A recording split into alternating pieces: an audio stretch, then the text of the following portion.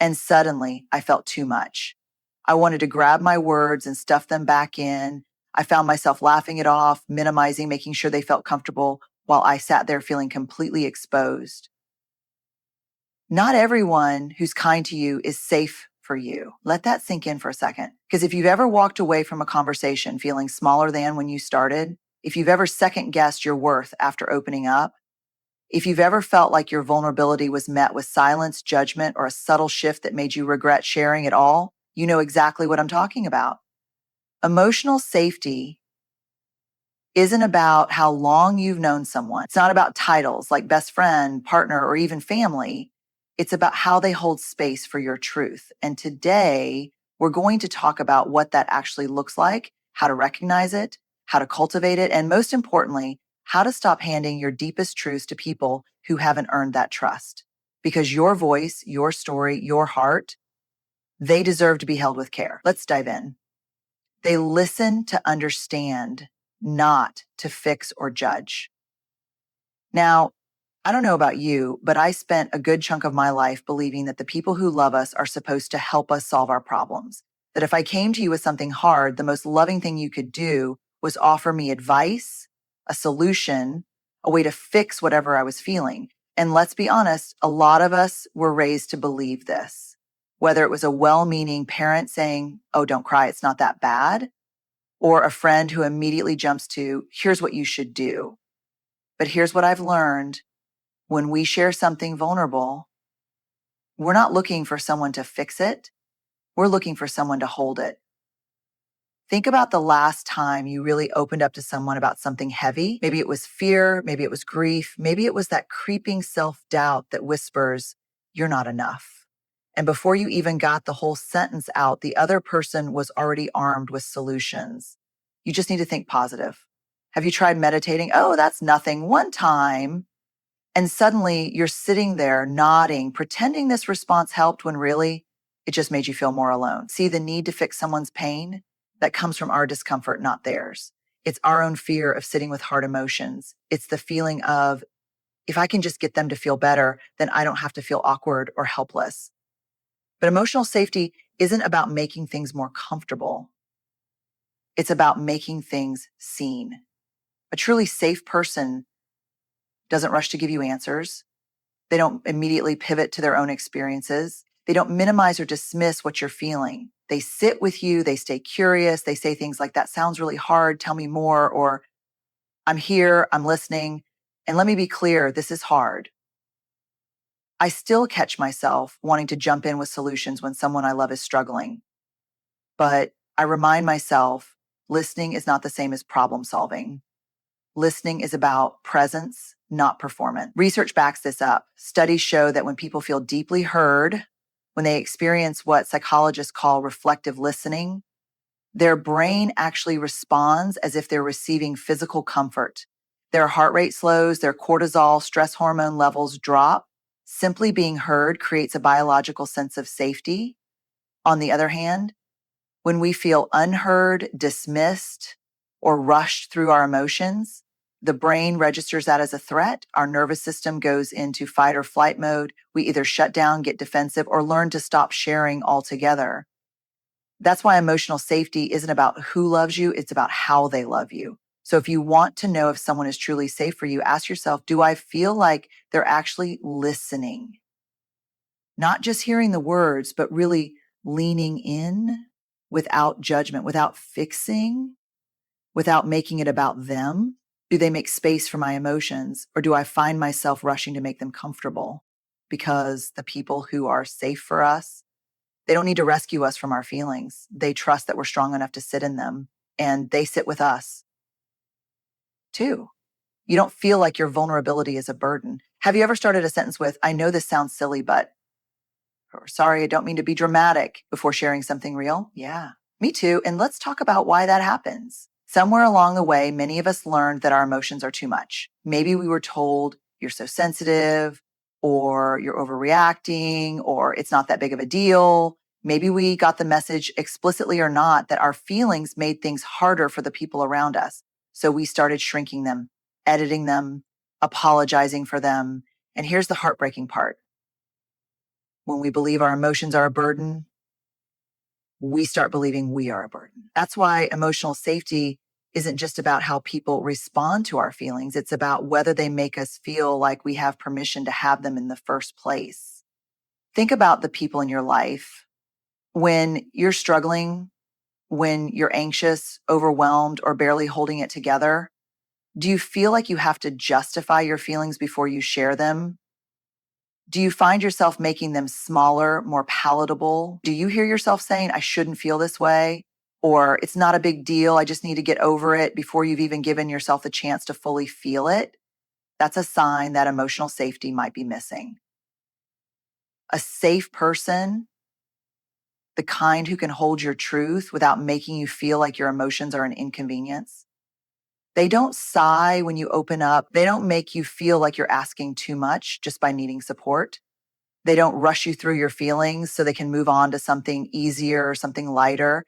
Instead, they say things like, I'm here. I've got you. You don't have to do this alone.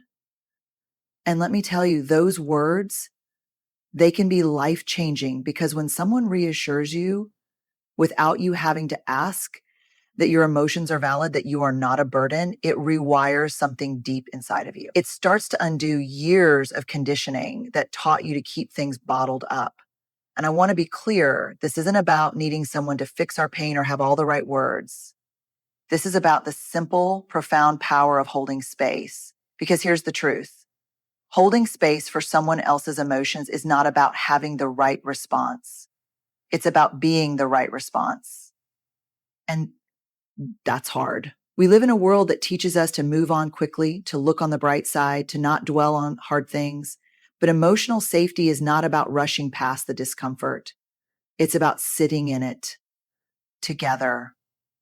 So if you want to know if someone is truly safe for you, pay attention to how you feel after you share something vulnerable. Do you feel lighter, or do you feel like you need to apologize for taking up space? Do you feel held, or do you feel like you need to explain why you needed support in the first place? Because here's what I know for sure. Your feelings are never too much for the right people. The people who are safe for you, they remind you without hesitation, without judgment, that you are not a burden.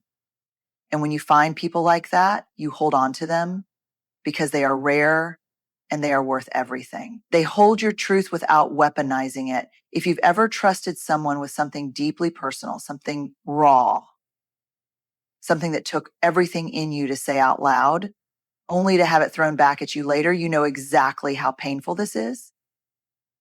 It's like handing someone a fragile piece of yourself and watching them put it in their back pocket, knowing they might pull it out and use it against you when it benefits them. And let's be clear, emotional safety ends the moment someone turns your vulnerability into ammunition. This doesn't always happen in obvious ways. It's not always someone yelling your deepest insecurity at you in the middle of an argument. Sometimes it's more subtle, a passive aggressive joke, a comment in front of other people that hits a little too close to home. Well, you've always been like that when you're trying to grow past something. And in that moment, you realize whether they meant to or not, they just took something sacred and made it sharp. And when that happens enough times, we learn. We learn to stop sharing. We learn to second guess who is actually safe for us. Because here's the thing, trust isn't just about who you share your truth with. It's about what they do with that truth. Safe people hold your words like something valuable, something fragile. They don't store them up like leverage. They don't file them away for later use. They don't use your past mistakes, your struggles, or your fears as a way to gain the upper hand when it's convenient. And this isn't just about how people treat us. This is also about how we show up for others.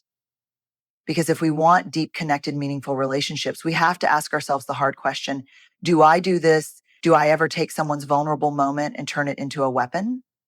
Do I ever bring up something they told me in confidence as a way to win an argument? Do I ever joke about something that I know is painful for them? And if the answer is yes, if there's even a moment of hesitation, then we have some work to do. Because emotional safety isn't just something we deserve, it's something we build. So, how do we know if someone is truly safe for us? We pay attention, we notice how they hold the things we've shared. Do they treat our vulnerabilities with care, or do they use them as a tool for control? Do they respect our boundaries, or do they push just enough to make us question if we're overreacting? Do they remind us that our truth is safe with them? Not just when things are easy, but when things get hard. Because the right people, the safe ones, they don't just hold our truth, they honor it. And that changes everything. You don't have to perform or shrink to be accepted. Have you ever been in a conversation where you suddenly realize you're editing yourself? Not in a, let me be thoughtful about my words kind of way, but in a, let me dial this down so I don't make them uncomfortable kind of way. You catch yourself choosing your words carefully, laughing at the right moments, holding back an opinion, or pretending something didn't bother you just to keep the peace. And maybe at first, it doesn't seem like a big deal. It's just a habit, a little emotional shape shifting. But then over time, you start noticing that every time you're around this person, you feel a little smaller, a little less you. That's not emotional safety, that's survival. Safe people don't require you to perform. They don't need you to be less of anything, less sensitive, less ambitious, less emotional, less honest, so they can be more comfortable. They don't make you feel like you have to put on a version of yourself that's easier to digest. And let's be honest, a lot of us learned to do this early. Maybe it was a parent who only praised you when you were good and easy to handle. Maybe it was a friend group where you had to be the funny one or the strong one to feel like you belonged. Or maybe you just picked up on the unspoken rule. If people are uncomfortable with who you really are, adjust. But here's the cost of that. The more we shrink, the more we teach ourselves that who we really are is too much. And I need you to hear this. You are not too much. The people who are truly safe for you will never make you feel like you have to manage yourself in order to be loved, respected, or included. They will never make you question whether your excitement is too loud, your sadness is too heavy, or your truth is too inconvenient. They don't celebrate a watered down version of you, they celebrate all of you. And this goes both ways. If we want to be emotionally safe for the people in our lives, we have to ask ourselves, do I give people permission to be fully themselves? Or do I make them feel like they need to filter, perform, or shrink so I can stay comfortable? Emotional safety is about belonging, not just fitting in. And there's a huge difference. Fitting in means changing yourself to be accepted. Belonging means being accepted as you are. So if you want to know if someone is truly safe for you, notice how you feel in their presence. Do you feel expansive, or do you feel like you have to squeeze yourself into a smaller version of who you are? Do you feel the freedom to be fully yourself, or are you always calculating how much of yourself is allowed in the space? Because the people who are safe for you, they don't just tolerate who you are, they embrace who you are. And that's the difference between being accepted and truly belonging. They take accountability and make it safe for you to do the same. If there's one thing I know for sure, it's this. No matter how much we love someone, no matter how emotionally intelligent we try to be, we are going to mess up. We are going to say the wrong thing. We are going to get defensive. We are going to hurt the people we love, even when we don't mean to, because being human is messy. But you know what separates a safe person from an unsafe one? It's not never making mistakes. It's how they show up when they do. Unsafe people avoid accountability. They shift blame. They say things like, you're too sensitive, or that's not what I meant. You're twisting my words.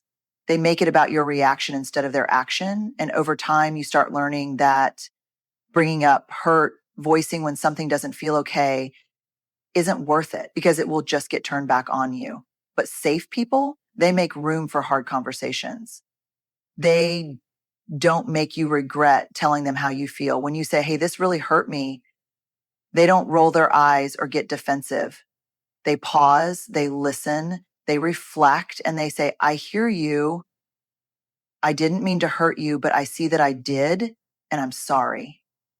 And that right there, that's emotional safety. Because let's be honest, apologizing well isn't easy. Our first instinct is often to protect our own ego. I didn't mean it like that. You're overreacting. That's not fair. But when we do that, we send a message, whether we realize it or not, that our comfort is more important than their pain, that being right matters more than being connected. And I don't know about you, but I don't want relationships where people are just trying to be right. I want relationships where people are trying to be real. And real relationships require accountability. Now, this isn't just about whether they take accountability, it's also about whether you feel safe enough to do the same. Because emotional safety is a two-way street. If you're in a relationship where you feel like you can admit when you've made a mistake, where you feel like owning up to something will be used against you, thrown in your face later, or turned into a personal attack, that's not safety, that's fear. Safe people make it easy to be honest. They don't weaponize your mistakes. They don't keep score. They allow space for growth, both theirs and yours. And let me say this, if someone never admits they're wrong, never says, I'm sorry without attaching a justification, never takes ownership of their impact, that's not emotional safety. That's control, and you deserve better. Because at the end of the day, emotional safety isn't about never getting hurt. It's about knowing that when rupture happens, repair will follow. It's about knowing that you can be honest, that you can speak your truth, and that the people in your life will meet you with humility, not hostility. And that's the foundation of every truly safe relationship. Emotional safety isn't a luxury. It's a necessity. It's the difference between relationships that hold us and relationships that harm us. And the truth is, we don't just deserve safe people. We need them. We need spaces where we can speak without fear, where we can be fully seen without shrinking, where our truth is held with care, not used as a weapon. So if you're wondering whether someone is truly emotionally safe for you, listen to your body. Pay attention to how you feel around them. Do you feel lighter, or do you feel like you're constantly bracing for impact? Do you feel free to be yourself, or do you feel like you have to perform, adjust, or apologize just for existing? And if you're realizing that someone in your life doesn't feel safe, that their presence drains more than it restores, know this. You are allowed to choose differently.